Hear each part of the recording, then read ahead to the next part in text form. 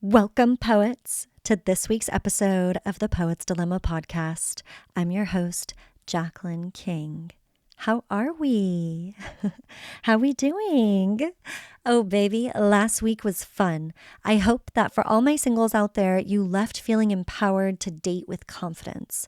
Whatever it is that you desire, go after it with honesty, courage, and fearlessness. If you want a lover, they're out there looking for you too. Also, just always remember to date yourself. It's the most precious relationship we'll foster. And I promise you this, that once you fall in love with yourself, then that will lead you to your companion, your playmate, your lover, and your home. Like RuPaul says, if you can't love yourself, how the hell are you going to love somebody else? Can I get an amen up in here? As we begin this week's exploration, I found myself entrenched with the endless loop of contemplating and thinking about paradoxes. Living life is in itself a paradox. We live to be alive, but the reality of time is that it will eventually end. Paradox means contradiction. In a greater sense, a seemingly absurd or self-contradictory statement or proposition that, when investigated or explained, may prove to be well-founded or true. Like freedom, for example.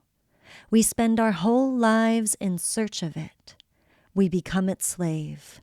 Slave to the mind, to the process, to the desire, and to its torture.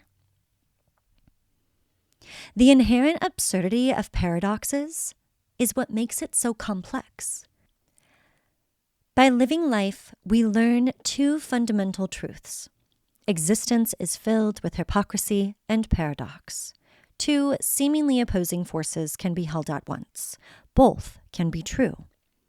The path to enlightenment is the same path of unlearning the learned. There are so many paradoxes that exist in this world, but the one that I want to focus on today is the paradox of the wounded healer. In order to help heal, the healer inherently needs to help heal themselves. While becoming the cure for others, they are the example for their own healing. We are each our own healer, struggling to grapple with our own traumas, negative coping mechanisms, perpetuated insecurities, and every struggle that we all experience. When we become curious about our shadow and wounded self, and we accept a coexistence, we learn to align with the very thing that makes us and keeps us human. And here we have it, the dilemma on cue for today, the dilemma of the wounded healer. Let's get into it.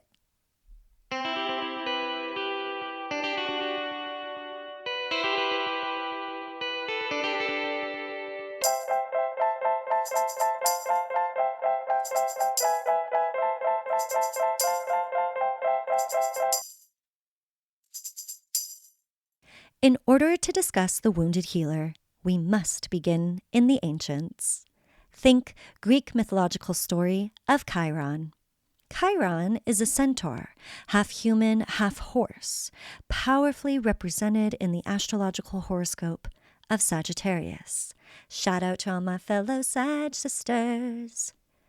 In ancient Greek society, the centaurs kind of had this reputation of debauchery, but Chiron, he was always different. He was wise, he was gentle, self-aware. He embodied a sense of philosophical inquiry and humanity, which would later help him find his deep yearning for relief and mortality. And we'll get into that, but let's go back to the beginning. So Chiron's early life began much like many of ours, unloved by parents who never learned how to love themselves. Chiron was the child of Cronus, a titan, and Philyra, a nymph, born from a god and a mortal. Now, remember, the Titans were the family of deities in ancient Greek mythology that preceded the Olympians. This is like OG ancient shit, okay? I'm talking about like mommy and daddy of once upon a time in ancient Greek society where humanity was trying to make sense of the origin of our existence and the world in which we live in. Cronus is the child of Uranus, meaning sky, and Gaia, meaning earth. You see, Cronus he's married to his sister Rhea, and she births the first litter of the Olympians, which includes Zeus. He's a popular one. You likely know him and are familiar with his name and his like mythological placement, right? Okay, so the story goes, Cronus was having sex. Yummy. Okay, wait. The story goes, Cronus was having sex with Philyra on Mount Pelion when his wife, Rhea, appears. And then Cronus metamorphosizes into a horse and flees so that Rhea can't catch him riding dirty, resulting in his son being born half horse, half man. Centaur. Philyra is ashamed, rude, and appalled, extra rude, by her newborn baby's body. She pleads with Zeus to be changed into something else, for she can't bear what it is she has become. So, in his godly way, Zeus leisurely turns her into a linden tree. Zeus's nonchalance acts as an echo of the old wise tale. Be careful what you wish for. So, moral of the story. Gods shouldn't have sex with humans, or should they? Though wise and intelligent, Chiron was not immune to the worldly experience of pain, his first wound being that of maternal rejection. Chiron grows up motherless, but chooses to attune to the power of medicine, music, ethics, astronomy, and prophecy, which leads him to eventual immortality granted by the gods. Because they were like, okay, bastard baby, come back to daddy now. We like what you've become. We'll give you a little sacred gift, immortality. Perhaps, though, as Cain in the show, Lucifer would prove that immortality is no gift, but rather a burden. Chiron becomes a mentor, a healer for his community. He's super wise, he's really intuitive, and he has like this pretty baller clientele list because he ends up mentoring Achilles, Hercules, and this hero named Jason. One day, though, Chiron is accidentally struck by Hercules' poisoned arrow. Owie, ow, ow.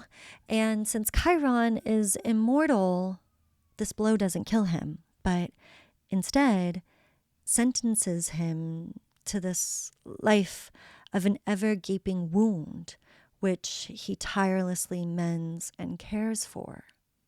Night after night, day after day, his wound is present, requiring gentler movement and crippling patience. The wound changes him, but nonetheless, Chiron is still himself, attentive, resilient, and wise. Ultimately, when enough agony has taken him and a karmic opportunity arises, like one would wish for, Chiron strikes a deal with Zeus. In exchange for his immortality, Prometheus will be freed. Prometheus is a prisoner of Zeus who betrayed essentially the gods by giving humanity fire, which the gods didn't like very much.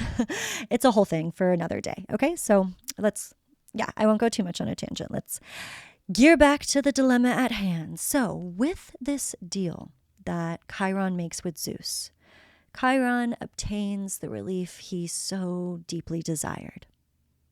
To finally find mercy and tenderness to the deepest wound of his life, the wound that always bled. Chiron now moves through the outer reaches of the solar system. its orbit crossing between Saturn and beyond Uranus. A distant centaur body suspended in a quiet gravitational tension. An icy conglomerate laced with volatile energy, rotating, pressurizing, and forever wounded. The placement of Chiron in your astrological birth chart provides insight not only into the deepest wound of your life, but also the medicine required to tend to it. This is the scar in which wisdom is founded, a reoccurring soul lesson. If you find your inner cure, you find transience, you find healing, you find light for yourself and for those who live within your orbit. This experience of survival after the deepest wound of your life's time is arguably one of the most fundamental adversities to being alive. It's where the lessons of nurture and nature intersect. It's at the heart of all healing work, where the ego goes to die and the self learns to thrive. This mythological story makes me so deeply curious about the relationship we have with our wounds, with our ever-bleeding scars, in how they shape us, how they define us, how they impact us when they show up, when they nestle in silence, when they wail, when they manifest. Where do they live? How they frame our disposition in society, how we gather, how we become.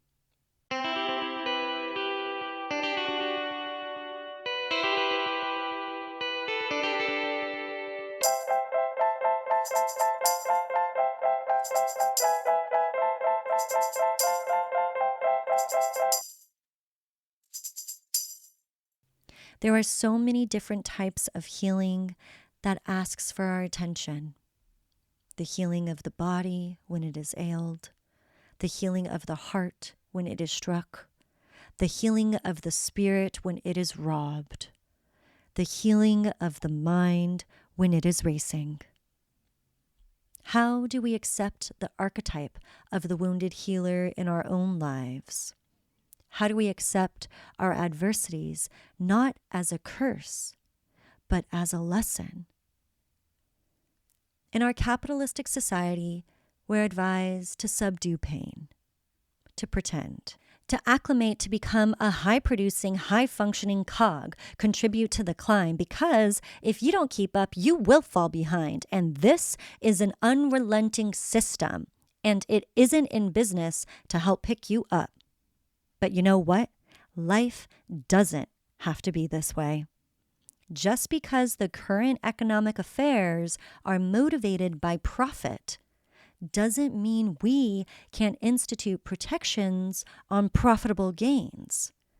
It's not just about taxing the 1%.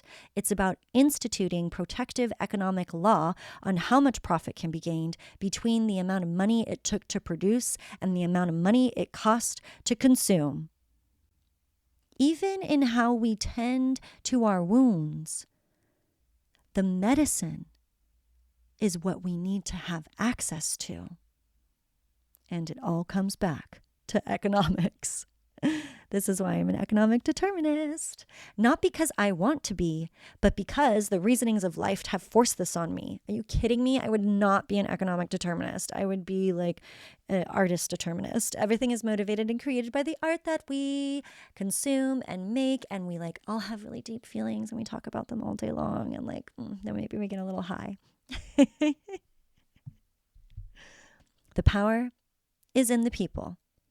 We can collectively choose language to bear and manage and express the pains of life. Let's enact our collective empathy. Let's stop fetishizing the rich and start holding them accountable. Our wounds need healing. The healing starts with language. The words we say have meaning.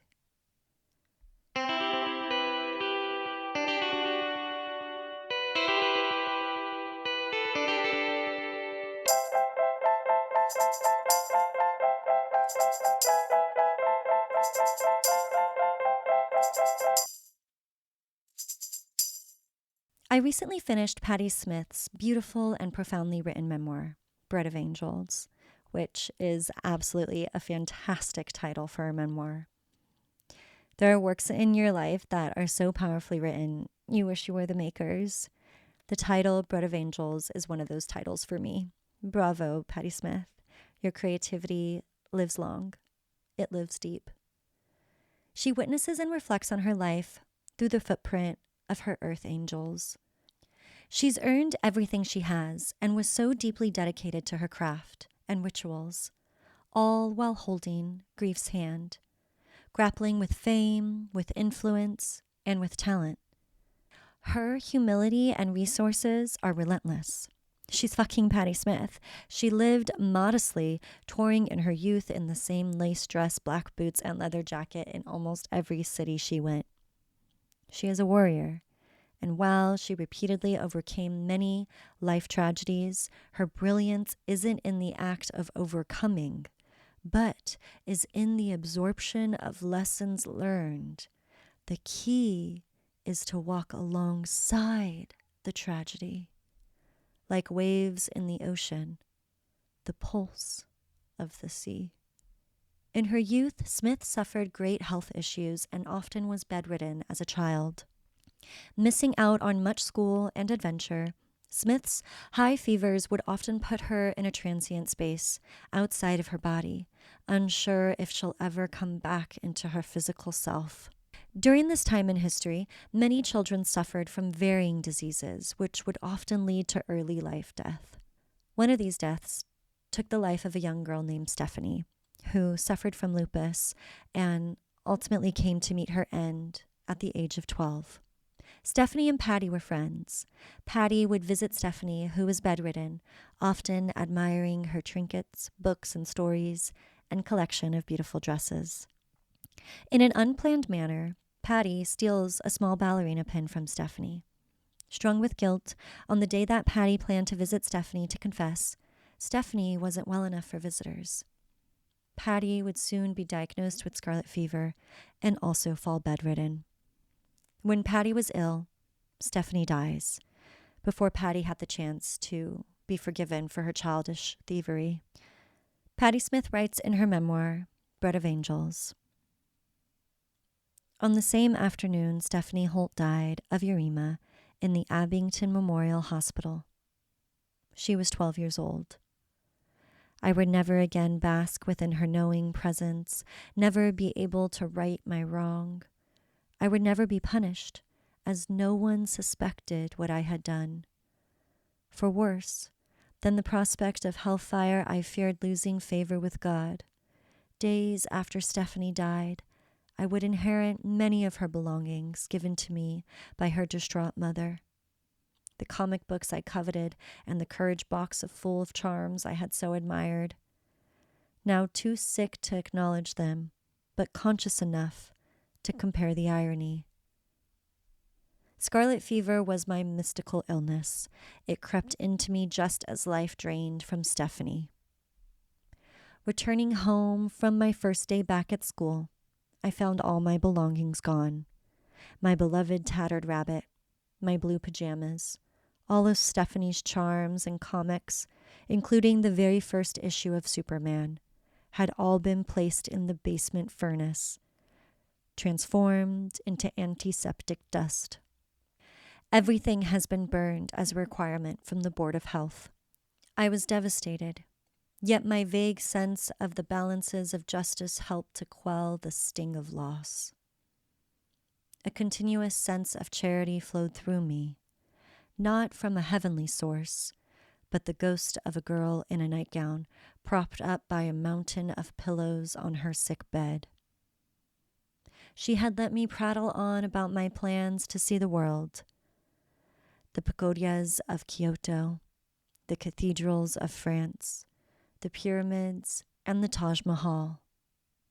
Stephanie, pale angel of atonement, never lived to see any of the places.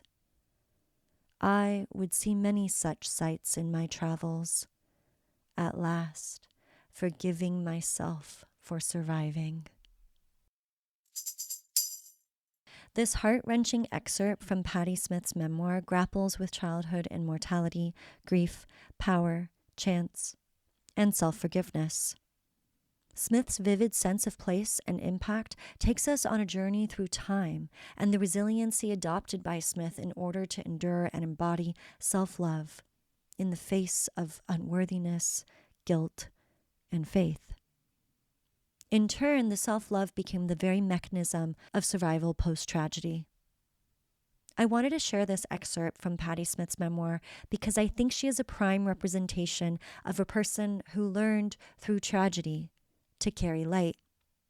In her memoir, she remembers her earth angels, and in her legacy, she herself becomes one.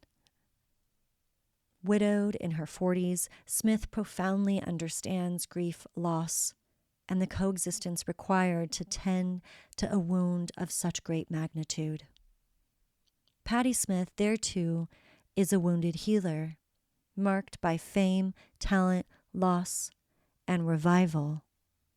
I echo her story here today because Patti Smith is a living, breathing, beating representation of how through the passage of time and in our life, we can take life's pain and trauma and with all its ugliness, metamorphosize it into something beautiful.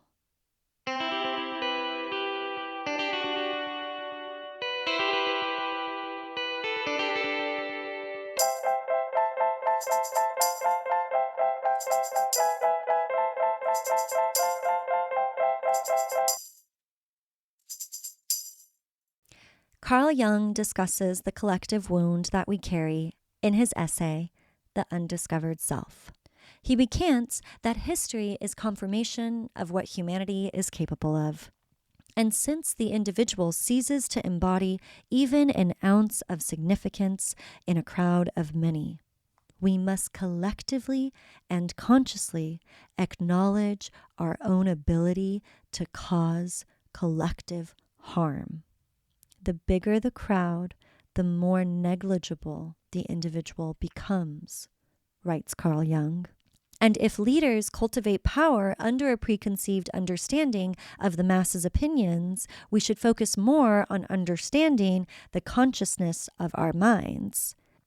Going back to Carl Jung, he states, it holds within itself one of the two indispensable conduit ions for existence, as such, namely the phenomena of consciousness. Consciousness is a precondition of being. Jung stresses the fundamental importance of researching and trying to understand the subconscious, unconscious, and conscious mind. Consciousness is one of the least understood sciences of humanity. We must actively aim to understand it if we are to embody and become a harmonious society.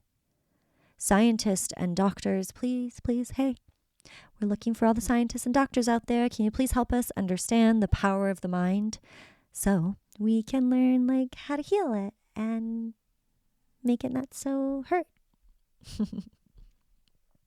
Jung goes on to say the discrepancy between intellect and feeling, which get in each other's way at the best of times, is a particularly painful chapter in the history of the human psyche.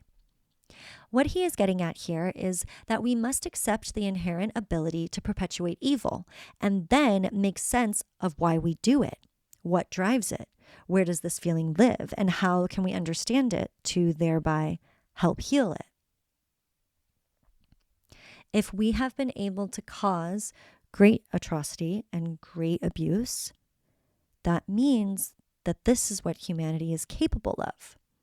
So if we are capable of it, let's get curious about it and let's figure out how do we drive not towards that, right? Let's actively affirm our healing and protection of equality, freedom, and education.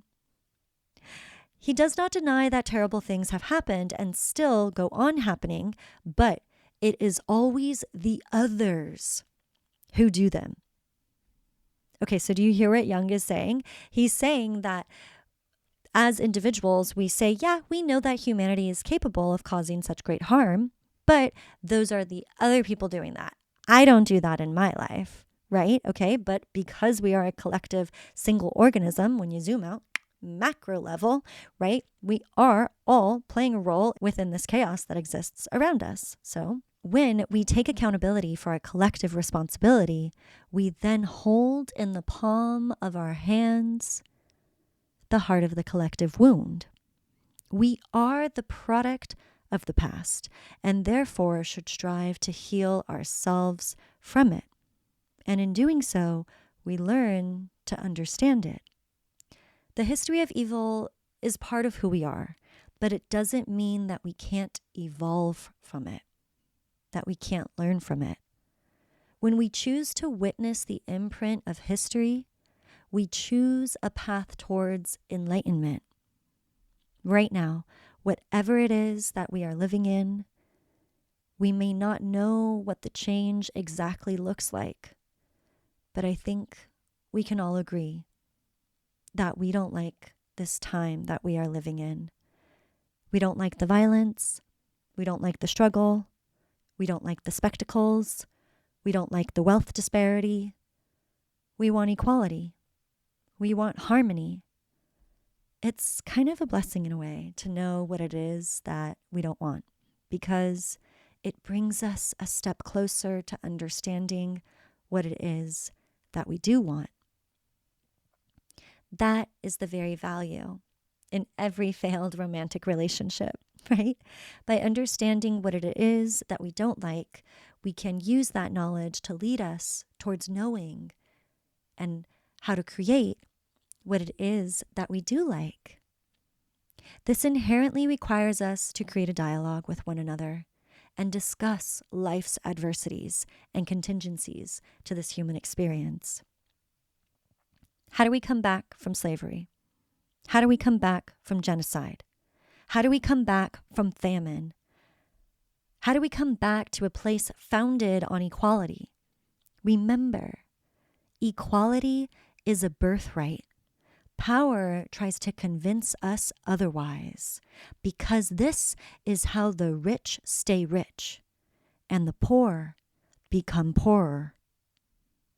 Just because so much of history is founded on destroying equality and has been fighting to take us further and farther away from its knowing, doesn't mean we can't actively affirm it and drive our systems and structures towards it.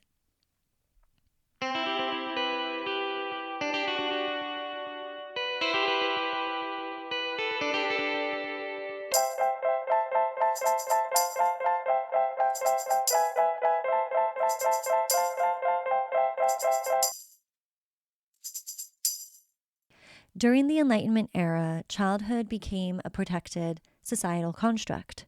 Yes, darling, once upon a time, 4-year-olds were laborers working the land, tending to farm animals. If we can create systems and institutions designed to protect the concept of childhood, we can protect and create new ways of living, where communities intentionally care and tend to the collective wound as a singular force of human nature. This exercise really asks us to put down the ego, because this conversation inherently requires a collective vulnerability. We must bring to light our own ignorance, our historical wrongdoings that perpetuated hate, inequality, fear, greediness, and sexism. We must take collective accountability. This cycle is never over, but when we take accountability, our relationship to our collective actions and the path that we collectively choose becomes more filled with progress. Hate is synonymous with ignorance.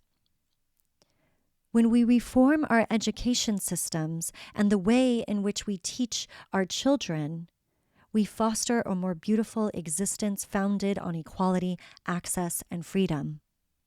The collective is of the utmost power. We can come together to be the change we want to see.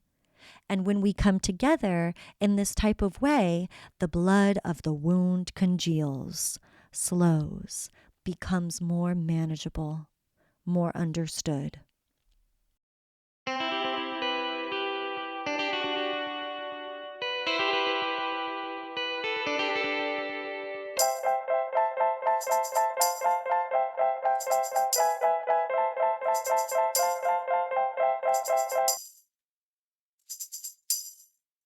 On Being with Krista Tippett is a fantastic podcast, and on their website, they had a poem from the poet named Omid Safi that was published in 2015. In his bio, it shares that Safi is a professor of Islamic studies at Duke University, as well as teaching online courses about spirituality. He writes a poem called Where the Light Enters You, which is a modern-day translation from the Persian poet Rumi that describes the wound as the place where the light can shine through, and where the wound becomes the thing that lights the soul's flame. Safi writes, Where the light enters you. Broken window, sunlight, light shines through. It was sunset. What colors? Am I this window? You, the light. We are the brokenness, illuminated. The beauty is all of us. This window, the brokenness, and the light is all of us. We are broken, fractured, shattered. Somewhere in us there is a healing. The nur comes from beyond. God is the light. The one who gave me the wounds gives the healing. We are wounded healers, illuminated brokenness. Poets and sages tell us the wound is where the light enters you. I look at my own heart and see scars, scars piled on scars, so many deaths, and yet life, stubborn, clings to me. Some see the injury, the pain, the hurt. I caress the scar gently. This is where the healing and the light entered me. The scars tell me I lived through it all and grew. I survived, even thrived. The wound, the injury, and the healing are now all a part of me. I pause now at all the broken windows. Oh, wonder, the broken window of my heart, the scattered light, how beautiful each of us. The broken, unbroken, the healing, the light, the survival.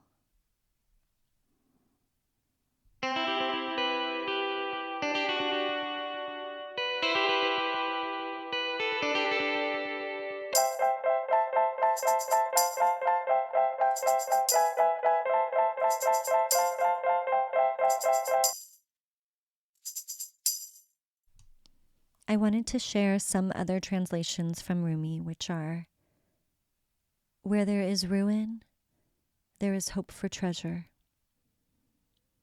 Rumi's Masnavi is an ancient Persian text filled with immense wisdom. It was a series of 6 books that Rumi began dictating in 1258, at age 54, and would compose verses until his death in 1273. Rumi was a Sufi mystic and poet, and is so deeply profound and wise. As we near the end of this episode, we may notice we are leaving with more questions than answers. And that, my dear, is an utterly magical place to be. Relished in curiosity, affirming the path of healing, uncovering the veil to reveal the shape our shadow makes. It is choosing to meet your shadow.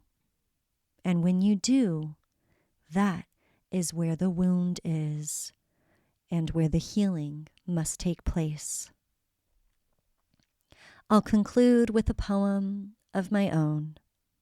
This is an invocation for the unhealed names of people I know existed, but never met.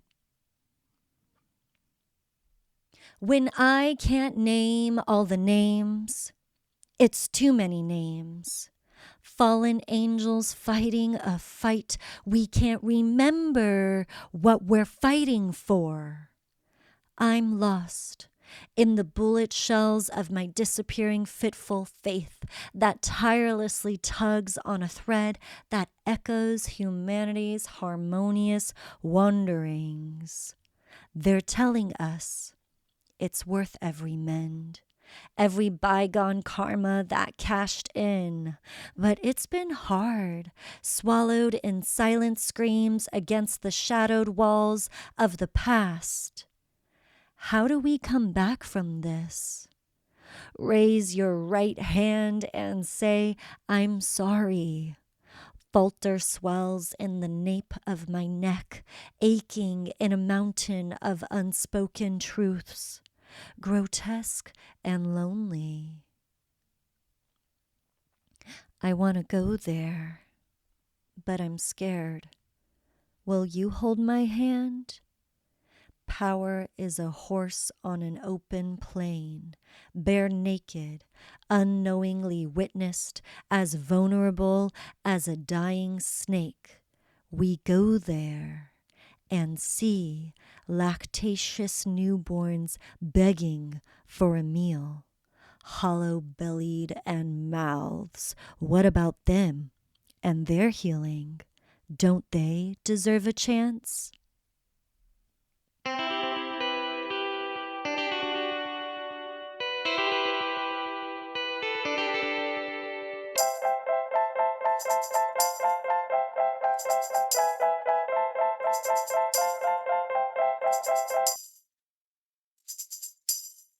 All right, poets, that concludes this week's episode of the Poet's Dilemma podcast. I'm your host, Jacqueline King. Thank you for spending some time with me this evening, trying to make sense of life's paradoxes. Life is constantly a tug-of-war of becoming and never changing. We keep marching in the direction of greater equality, and our definition of peace embodies a greater sense of the healed past. Witnessing our collective traumas to better understand that we are not alone in our personal ones. As hard as it is, finding a sense of gratitude for your trauma and seeing yourself as a resilient individual, able to overcome any and all challenges and adversities that come your way. This is the way our greatest pain becomes our superpower. Many blessings, poets. Good night.